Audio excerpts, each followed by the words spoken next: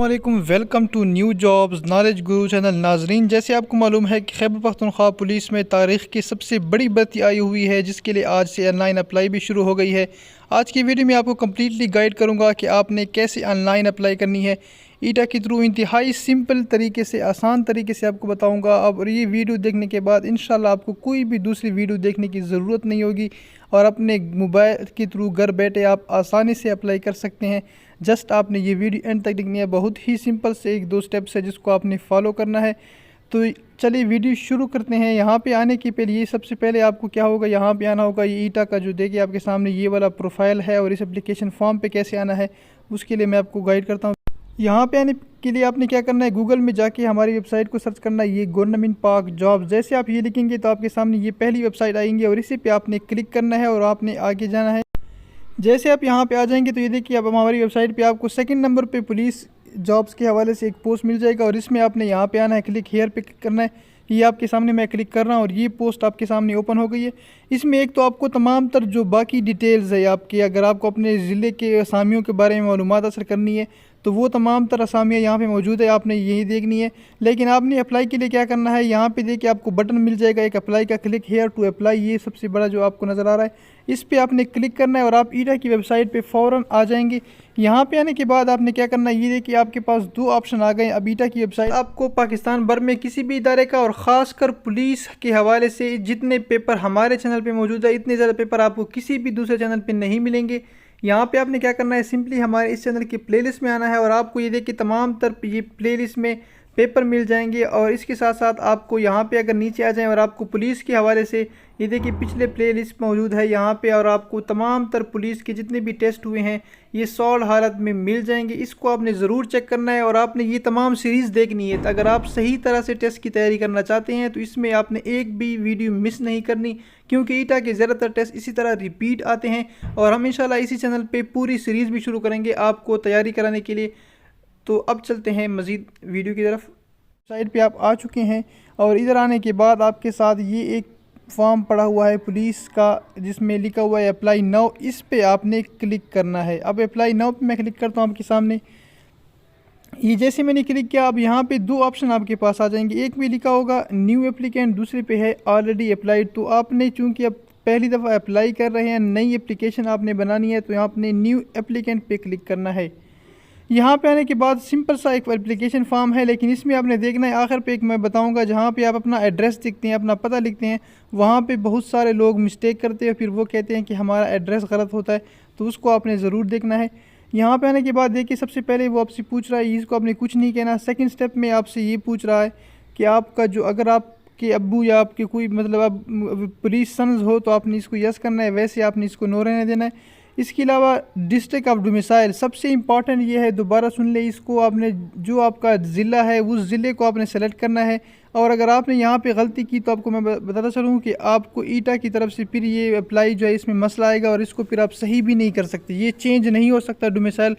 तो अपने ज़िले का बहुत ही एहतियात से आपने चेक करना है और आपने इसको सही तरह से टिक मार्क करना है, कोई गलती यहाँ पर नहीं करनी। फॉर एग्ज़ाम्पल यहाँ पर मैं करता हूँ DI खान।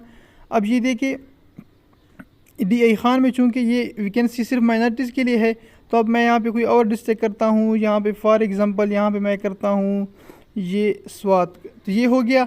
यहाँ पे आने के बाद आपने क्या करना है, अपना जेंडर को सेलेक्ट करना है। जेंडर का क्या मतलब है, ये एक मेल हो गया। रिलीजन में आपने यहाँ पे आना है मुस्लिम या नॉन मुस्लिम, इसको करना है, तो ये हो गया मुस्लिम। अब इसके बाद अगर हम आ जाएँ मार्शियल स्टेटस पे, तो ये आपने चेक करना है आप मैरिड हो या अनमेरिड हो। तो इसको अगर आपने मैरिड है तो इसको चेक करना है। ये होने के बाद अब यहाँ पे आपके पास 2 स्टेप आ रहे हैं। CNIC आपने इंटर करना है और इसको आपने सही तरह इंटर करना है। अगर शनाख्ती कार्ड का नंबर आपने यहाँ पे गलत इंटर किया तो आप इसको दोबारा चेंज नहीं कर सकते। ये दोबारा आप मेंशन कर रहा हूँ मैं, शनाख्ती कार्ड में अगर गलती हो गई तो इसको बाद में चेंज नहीं कर सकते, तो इसको सही तरह से आपने इंटर करना। ये देखिए आपके सामने मैंने CNIC नंबर इंटर किया है। ये वैसे फ़र्ज़ी नंबर है, आपने अपना CNIC नंबर बग़ैर डैश के यहाँ पे पुट करना है। यहाँ पे एक दफ़ा पुट करने के बाद दोबारा कह रहा है कन्फर्म CNIC, यहाँ पे भी दोबारा आपने पुट करना है। और इसके साथ आपने अपना नाम इंटर करना है, आपका नाम जो है, और अपने अबू का नाम इस कॉलम में फिट करना है। यहाँ पे आने के बाद अब आपने अपना डेट ऑफ बर्थ सेलेक्ट करना है। डेट ऑफ बर्थ में आपके पास 3 कॉलम है। पहले कॉलम में आपने क्या करना है, अपना ईयर सेलेक्ट करना है। फॉर एग्जांपल 94 मैं लिखता हूँ। या 93 को मैं सेलेक्ट करता हूँ, ये देखिए 95, 96 को करता हूँ। इधर आपने मंथ सेलेक्ट करना है और इधर आपका कोई भी है जो भी है इसको आपने सेलेक्ट करना है। अब यहाँ पे आपने अपना मोबाइल नंबर लिखना है और इधर भी गलती नहीं करनी, क्योंकि इसी के थ्रू आपको मैसेज आएगा और आपको टेस्ट का पता चलेगा। यहाँ पे आने के बाद अब आपके पास दो ऑप्शन है। अपना मोबाइल नंबर, आपने ये फ़र्ज़ी मोबाइल नंबर है, मैंने वैसे अपनी तरफ से एक नंबर लिखा है, इधर भी एक 2 नंबर, आपने एक दफ़ा वो वाला नंबर करना है जिस पे आप अप्लाई कर रहे हैं। और उसके साथ एक आगे ऑप्शन है अल्टरनेट, आपका कोई दूसरा मोबाइल नंबर है जिसको आप कभी आपकी ज़रूरत पड़ सकते हैं, तो आपने 2 नंबर देने हैं, लेकिन इस कॉलम में वो वाला नंबर दे जो आप बार बार यूज़ कर रहे हैं, और यहाँ पे आपने वो नंबर करना है जो आप कभी यूज़ करते हो या नहीं। तो ये आपके पास 2 ऑप्शन हो गए।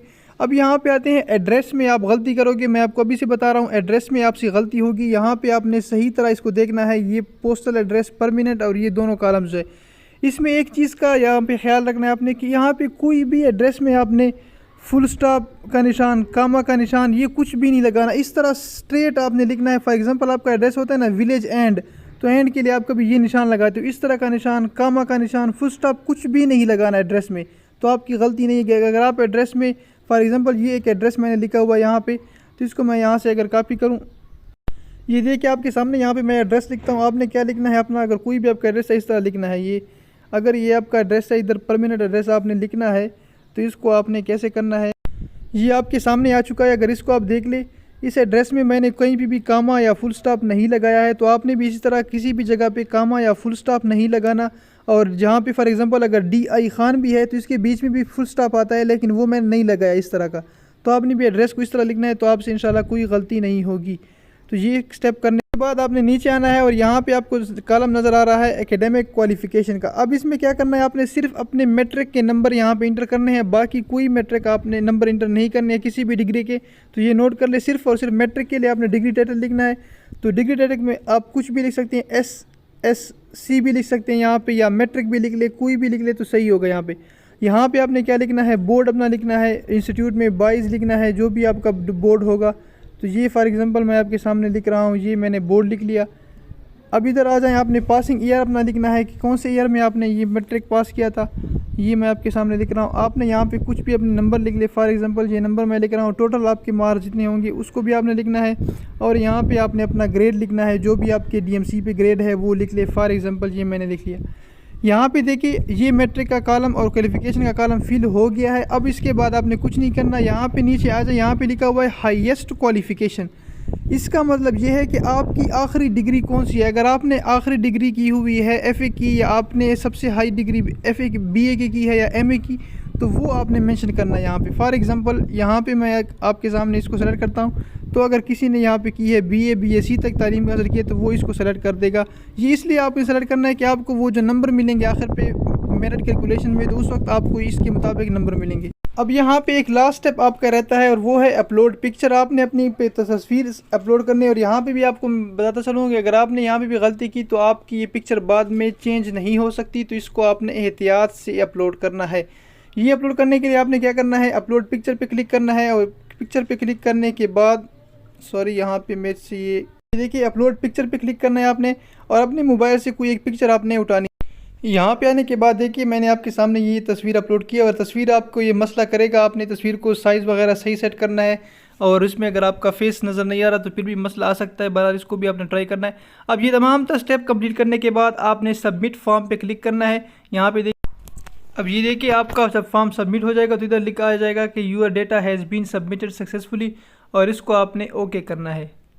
अब जब ओके हो जाएगा तो यहाँ पे देखिए अब आपके सामने ये चालान फॉर्म आ जाएगा। इसको आपने क्या करना है, प्रिंट यूर UBL चालान, इस पर क्लिक करना है। ये देखिए आपके सामने मैंने इस पर क्लिक किया है। अब आपके पास ये जो है एप्लीकेशन फॉर्म आ गया है। अब आपने इसको कैसे अप्लाई करना है, ये वाला तरीका जो है ये मैं आपको बाद में सिखाता हूँ। या इसमें आप देख सकते हैं यहाँ पे आपने क्या करना है, सिंपली अपने इजी पैसा ऐप में जाना है। इजी पैसा ऐप में जाने के बाद वहाँ पे ईटा के थ्रू आपने ये वाला नंबर डायल करना है, कंज्यूमर नंबर, और आपकी जो है अप्लाई हो जाएगी। ईज़ा आप इसको घर बैठे अप्लाई कर सकते हैं, कोई आपको UBL बैंक जाने की ज़रूरत नहीं है। मज़ीद अपडेट्स के लिए आप हमारे चैनल को विज़िट कीजिए, हमारे फेसबुक पेज को लाइक कीजिए। थैंक यू, अल्लाह हाफिज़।